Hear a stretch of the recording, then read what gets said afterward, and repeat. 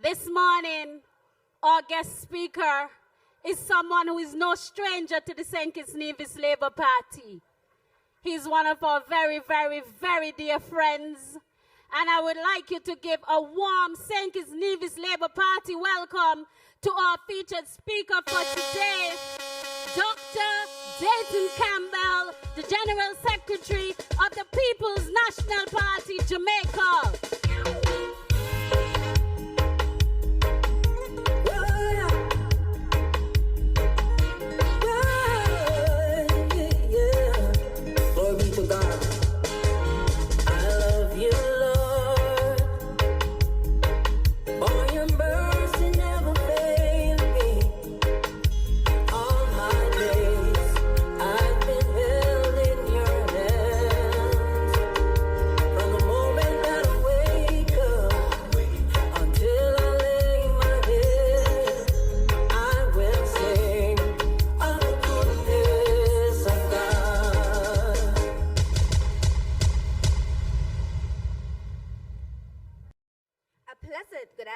Comrades. Dr. Dayton Ricardo Campbell. Dr. Campbell, a young medical doctor pursuing his passion for service to the people of Jamaica, entered the political arena and was elected to the Jamaican government in 2011. At the time of his election, at 28 years old, he was the youngest parliamentarian elected in independent Jamaican political history. He served 9 years as a member of parliament.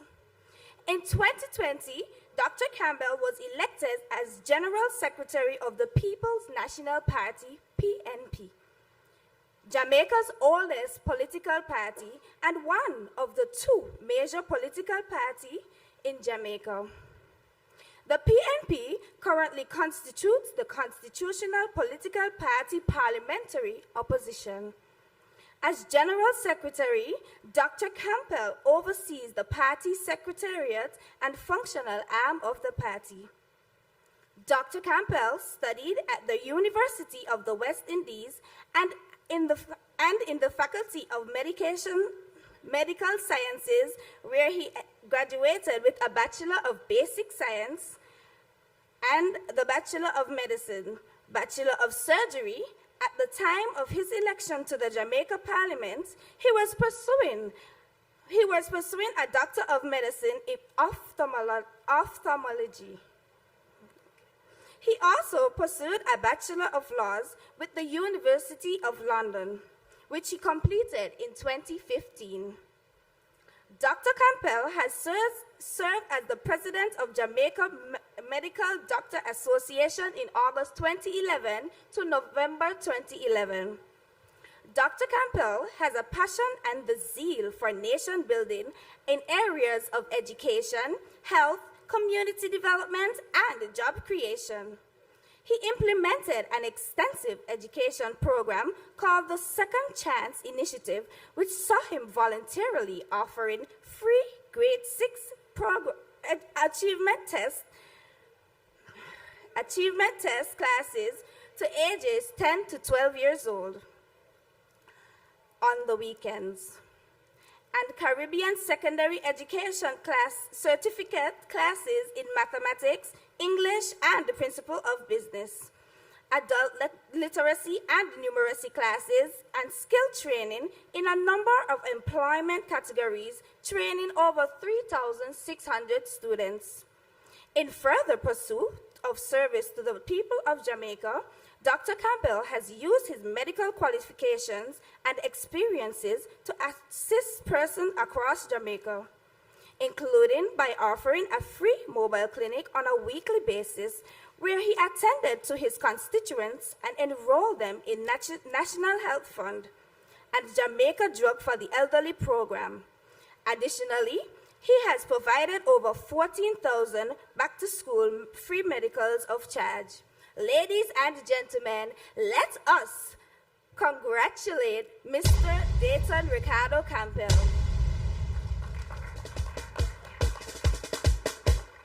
I'm sorry. Let us also welcome the Dr. Dayton Campbell.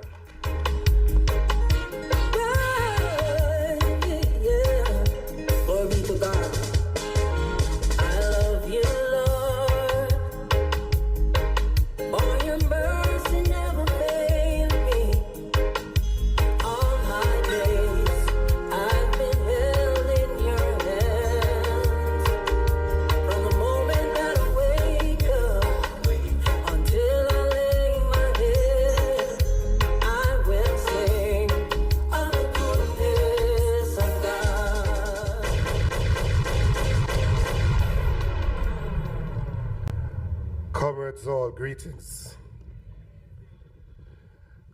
Comrade Leader and Prime Minister, Dr. Terence Drew, and of course, Mrs. Drew, former leader and leader emeritus, Dr. Denzel Douglas, Chairperson, Comrade Diana Williams, National Secretary, Comrade Alford, other officers, executive members, members of the Diplomatic Corps, supporters, media, comrades all, I bring you greetings.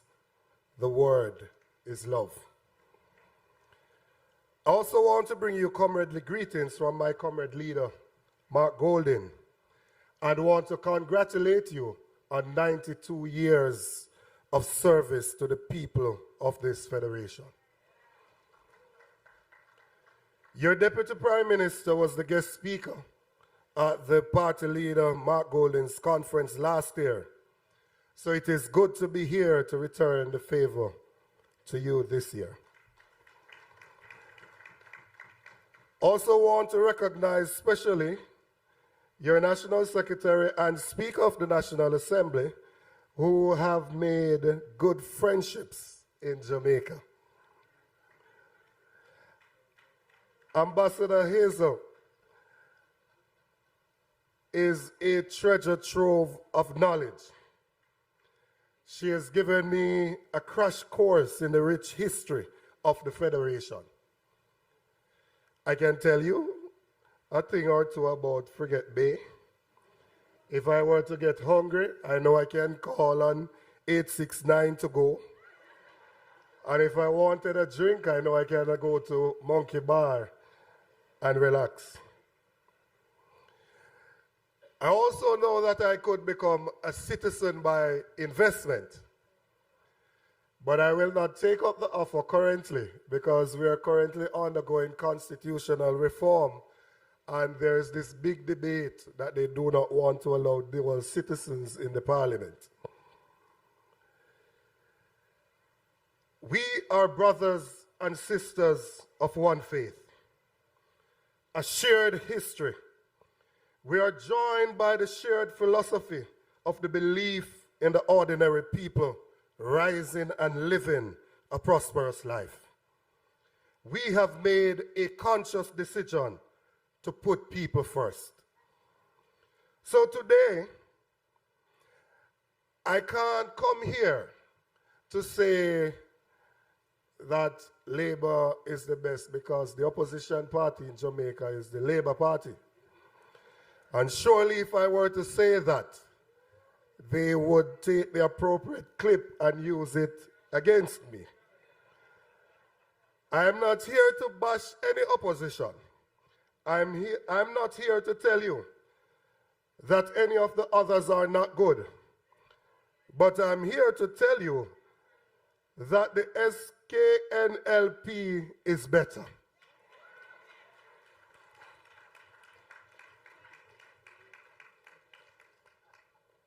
I've often come across people who ask, why politics?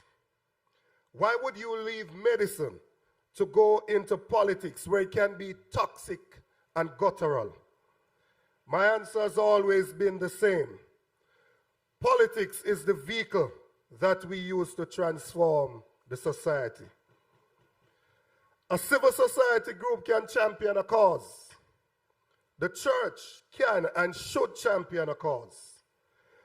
But it is politics that determines the type of society we live in and what we will leave to our children. It behoves us, therefore, to not only get involved, but to ensure that we remain true to our mission for the good we can do to live, work, prosper together. Let me hasten to say that there is a huge difference between politics and governance. Politics is what we use to get a chance to govern. But when we get that chance to govern, we must never use it to play politics. We must use it to transform the lives of our people, regardless of who they support, who they know, the circumstances of their birth, or any other myopic view that seeks to divide us as a people. Today I want to ask, what is our greatest mission as a people? And as member of the People's National Party and the General Secretary, we are a regional institution. We understand that we are not in this alone, but we are in this together as a region. It is my considered view that the greatest mission at hand is to break the chains, the shackles of intergenerational poverty. I am like a preacher in the wilderness crying out for justice. Our shared history is that of slavery, broken families, and the sequelae that arises from those root causes. It has left us in almost every case living in two different realities in the same space. For some, there is the sunlight of opportunity, while for others, they are stranded on an island of poverty.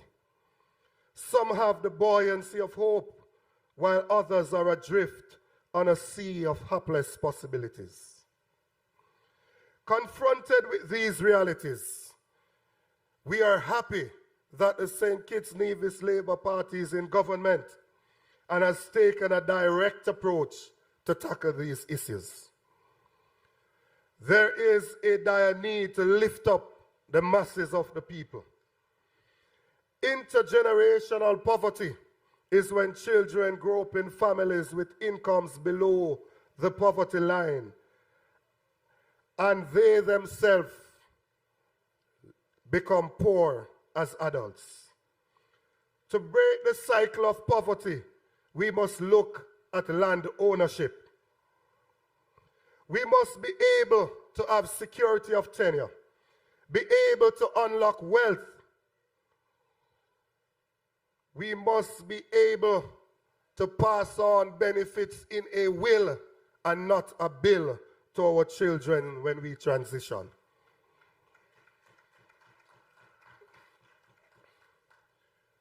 We must allow property, housing, which is a most basic and necessary part of life, because it brings dignity to families when they live in proper accommodation. I don't know about you, but where I am from, there are persons who, when they are leaving to go to political gatherings, that some persons turn and say they are running behind politics and they don't live anywhere. We must never allow that to be said of our members and supporters.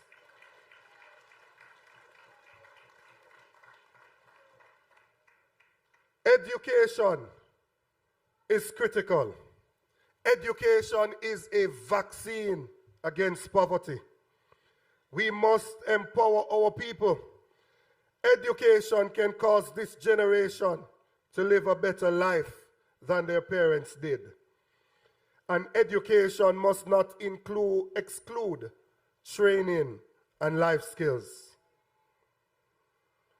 We must strive in governance to ensure that there is participatory governance. Be open and clear with the people. Seek to understand before seeking to be understood. Having consultation that can lead to consensus.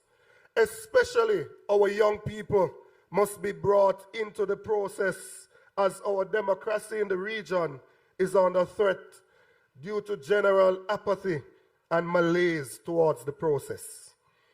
We must have integrity in public life. Be honorable, not because Parliament says that they've added that to your name, but because your lifestyle is honorable, because you do what is right even when no one is looking. Become nationalist, putting the interest of the country and the people above interest of party and self. Be drivers of egalitarianism, equality in access to opportunity. I encourage you to continue to be trailblazers for equity, for justice and fairness, and ensure that your people know that their altitude is determined by their aptitude, because the environment is created for them to make it if they apply themselves. Fight for social justice. Fight against those things that are institutional, that makes it hard for some people to make it. The St. Kitts-Nevis Labour Party must continue to lead the charge to fight against a system that isn't fair. We as politicians don't like to say it, but we know the system isn't fair. If you don't believe me, listen to the outcry when Dr. Drew or any other leader try to help the poor. You don't get a similar cry when policies and laws are passed to assist the affluent. And I'm not here to stoke division. I am saying it isn't a zero-sum game. It doesn't have to be one group versus the other. But the government must press along with the people's agenda for the good that we can do. Government must continue its involvement to end poverty. It is not just for the private sector. Any economic growth achieved must be shared with the ordinary man. So when I read of your achievements in tourism and your increased flights to your federation, Royal Caribbean Cruise Line, I say that is transformative. When I read of your achievements in education, your laptop program, construction of school, free tuition at Clarence Fitzroy Bryan College, students' loan reduction from 9 to 5%, I said that is transformative. When I read of your achievements in water, and I hear it in song, the digging of well in Keon, is it? Keon. And setting up of desalination plant, I say that is transformative. In agriculture, you have a banana program to boost healthier consumption. I say we must eat what we grow and grow what we eat. And so I endorse your 25 by 25 food importation reduction program, because that is transformative. In healthcare, I see you have training programs to facilitate the better delivery of healthcare. A new national hospital project, the compensation action to reach and empower. This is transformative. But there are several times that we don't appreciate who we have. There are several times that we look at others and we think that the grass is greener on the other side. But when I see some big items in terms of your minimum wage being one of the highest, I look at the pension reform, financial education and savings program, I pause and say you have got to hold on to what you've got.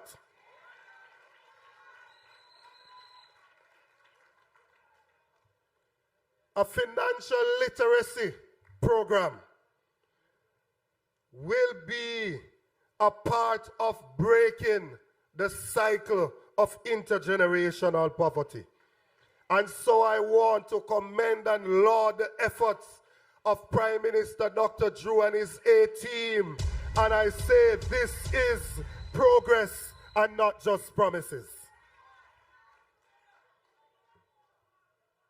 I encourage the team that is ably led by Dr. Drew to be bold, to be transformative. Leave this federation better than you found it. Don't be distracted. Learn to ignore the vitriol and press on with the work of the people. Some of them attack. Dr. Drew tell them, you are stepper. Some will criticize you falsely. Some will tear you down. Respond with work, with love for the people. Let them know we are not the same. As a political party, you have won and you have lost. So have we in Jamaica.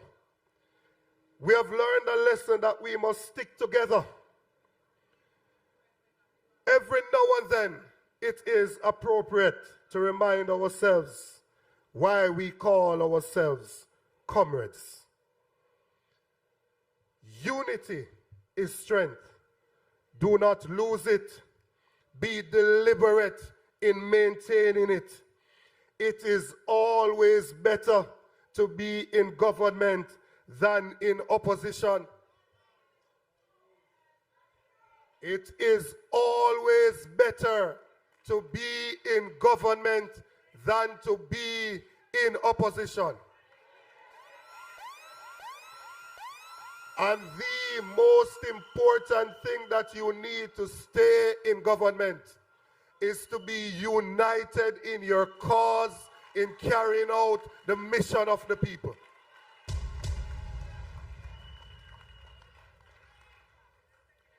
As I said at the beginning, there is a difference between governance and politics. But don't make the mistake of forgetting the political work when in government. Keep in touch with the people in good and bad times. Organize, educate, motivate, and mobilize the people, because it is in government that your ideas can become policies and programs to uplift the lives of the people.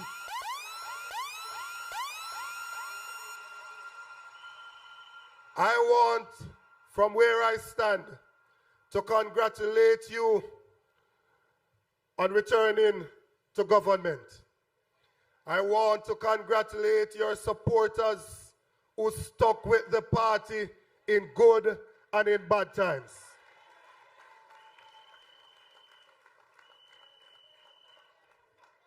There are some supporters who are if supporters. They will support if they get this. They will support if they get that. But on a Sunday like today, there are some supporters who are like Brother Job. Even though I did not get what I want, I will support my party because my party is best for this country. The word is love. God bless you. Have a good conference.